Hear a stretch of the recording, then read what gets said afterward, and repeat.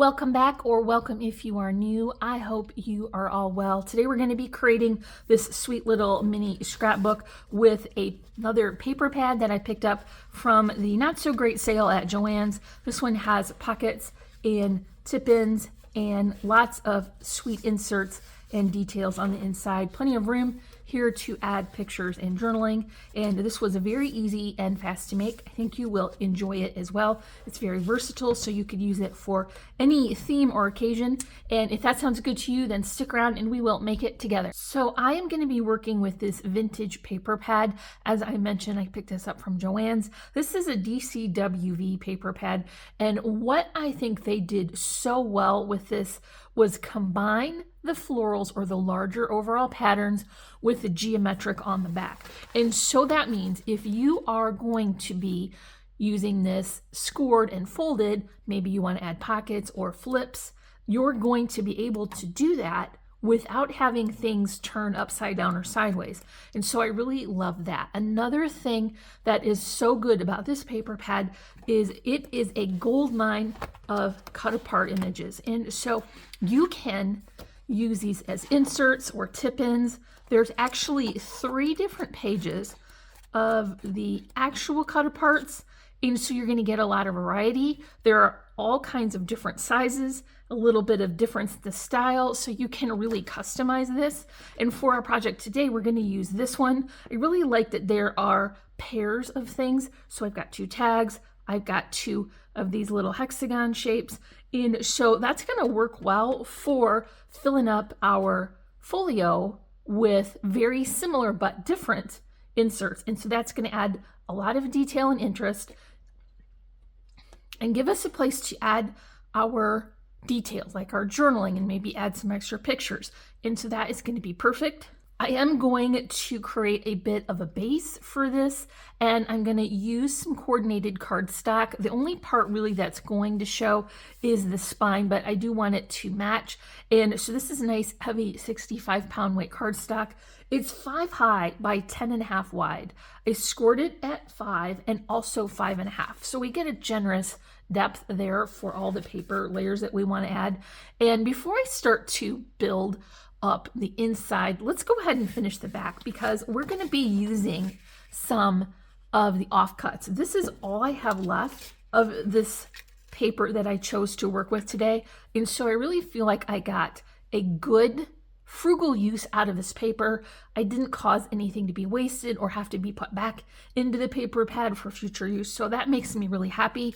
And so I'm going to just go ahead and finish the back, because these are separate pieces, and I think it will be easier to do this on a flat surface. So I'm going to decide that this kind of floral or leaf pattern can go on the top, and these are just cut to be 4 7/8 of an inch wide, and that way we're going to get a nice border of that green cardstock.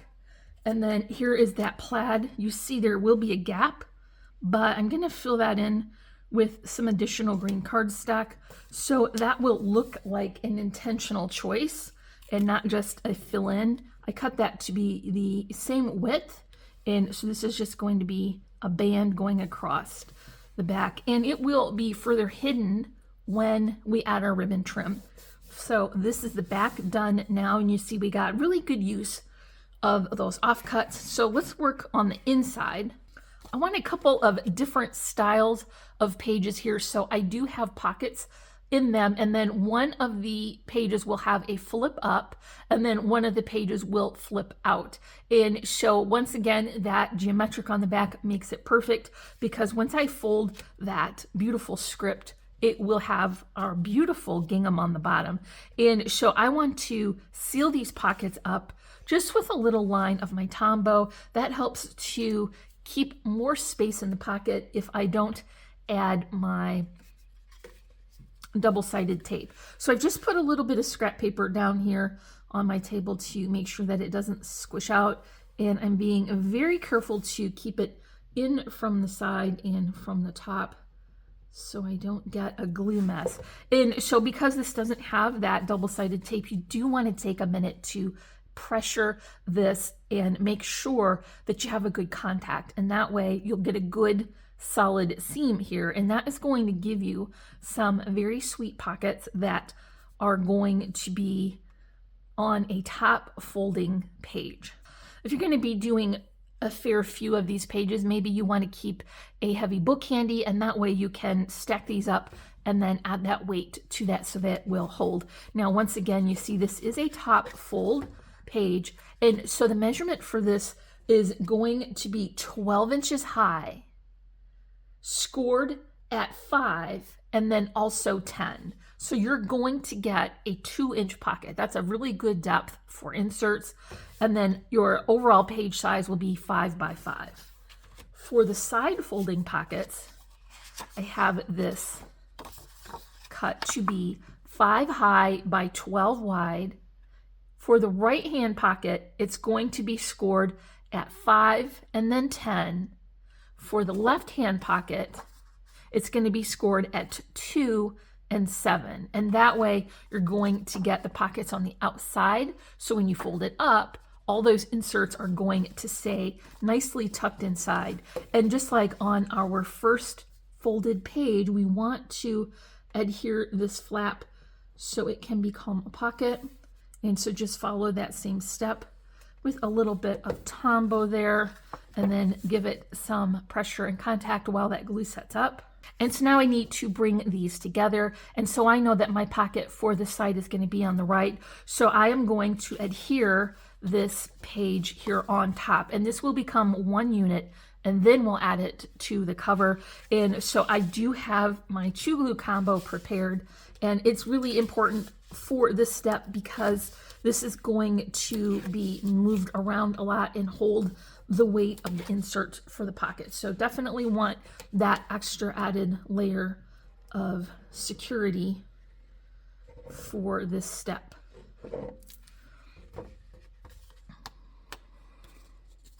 Just going to bring these together and stack them up.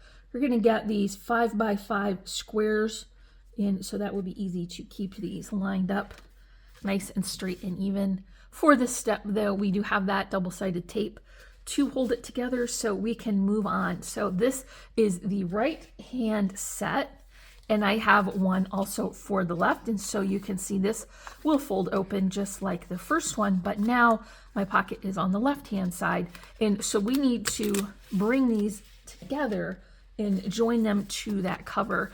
And so once again, let's rely on our 2 glue combo.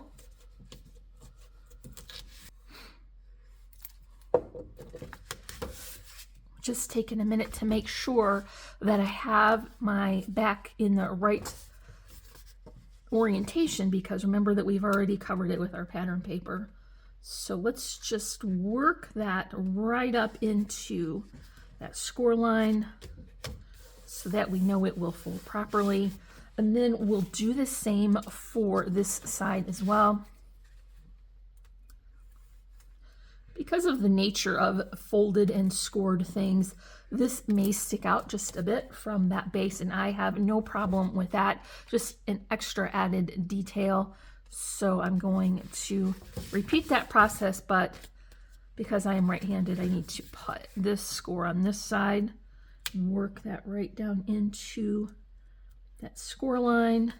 Okay, so now that is all set, we have some additional details we can add to these pages. And remember, we had those beautiful cut apart images that we're going to use as inserts, and 2 of them I believe might just be a little bit too small for these pockets, and so I want to use them on the top.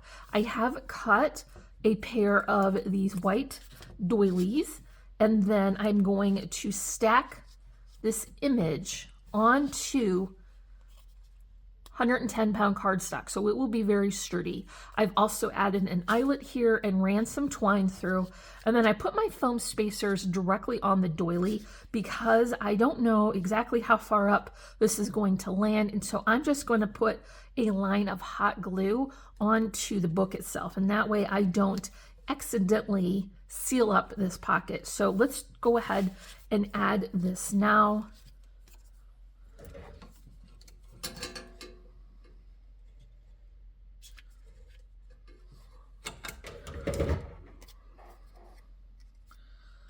And then and just add this here.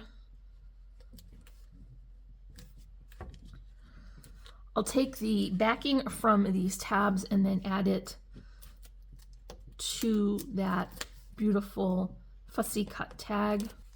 I left just a little bit of a gap there at the top because this has some dimension on it and I want it to be as flat as possible.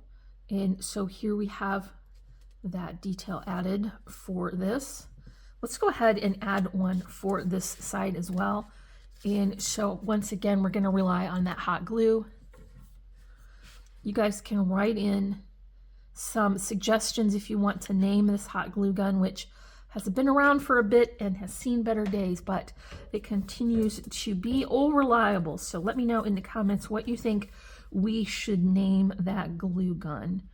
Okay, so let's just set that in place here, keeping it within the border so that it won't have any fragile parts. So now we can go back to that cut apart sheet, and I did fussy cut these out, and because they are pairs of similar shapes, I thought that would be nice to add them to our pockets in that way.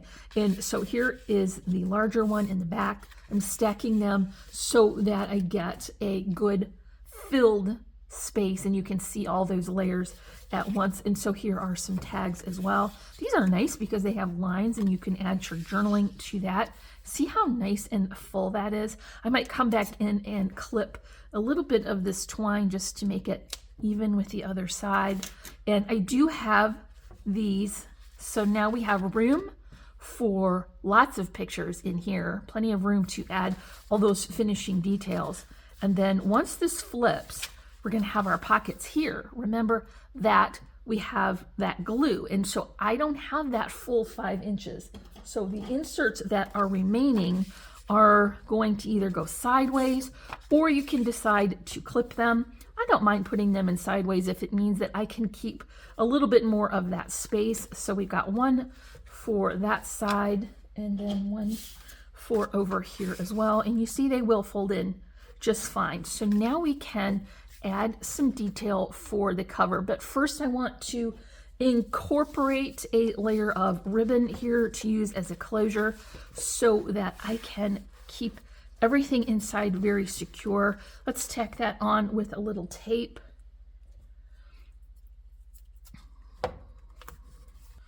And that will hold it in place while we add our other layers. You can see now that I do have a little bit of those inserts showing. I'm absolutely fine with that. I think it just adds another layer of detail. And so for the cover, I'm going to bring back that offcut that we used for the back cover, but because we have some additional layering going on top, I'm not going to worry about closing it in with another strip of the green cardstock. So let's just add those in the same order with the floral on top and the geometric on the bottom.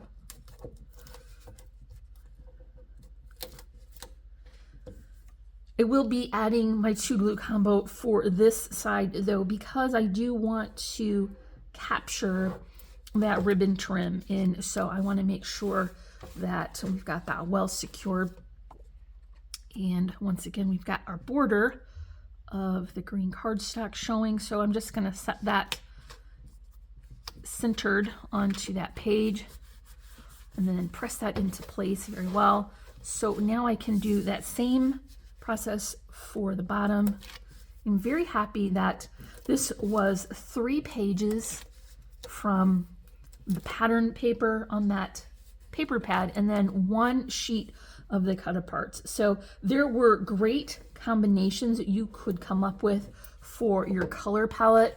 There were beautiful reds and some yellows and pinks. And so if you wanted to recreate this with that combination, that palette, you could easily do that. So now we have the base covered on the background, and I have the additional cut aparts here. This is going to be a kind of a fun stacking process. I don't usually do that. I usually have one focal image and then work the layers up around it. But you see I had this one left. And because it was so large, I knew it wasn't going to work well inside. So I fussy cut around that postcard. And then I also removed the right-hand side of the butterfly so that it could be used as a layering pattern with that postcard. And so you see how I have clipped that off right here. And now it will fit well. And then I can use that additional piece for layering. But because we already have that kind of detail added and stacking process, I can add some additional layers. So let's get our calendar down first. And I do want to position this fairly close to that top right corner, just so I can still see as much of the detail on that calendar sheet. And once again, remember, because we have that detail and the layer, I can include some additional details. So I did cut a doily that's going to go here. And then from the offcuts, I cut a circle, and I'm going to add that to the top just to fill that in for the center. And then that cut edge is going to be hidden underneath these layers. And so I don't have any spacers on this particular one just because I didn't want to create a situation where this could become fragile and bent. But I do want to have this added. And then we're going to add beautiful floral onto the top. I'm going to position this pretty low here into the corner so that I can see some of that pretty dot pattern behind. And then this is a pre-made flower instead of a handmade flower. And so this is just one really large flower. And then I did pair it with some foliage here and loopy twine bows. I will add that with my hot glue gun. I'm combining that butterfly cut apart with these sweet little charms, put them on string and add them with hot glue. Tap those cut ends with a button. And then I'll finish that off with those 3 sweet little sequins. Then I'll just tie this up here with a pretty little bow.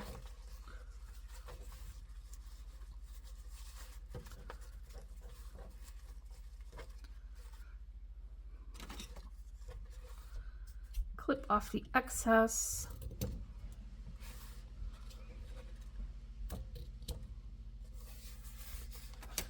And that's going to be it for our project today. I sure do hope that you enjoyed it. If you did, don't forget to leave me a comment and a like. If you check out the description, you can find links. And as always, I'm wishing you a happy and productive day. And thank you so much for watching. Bye.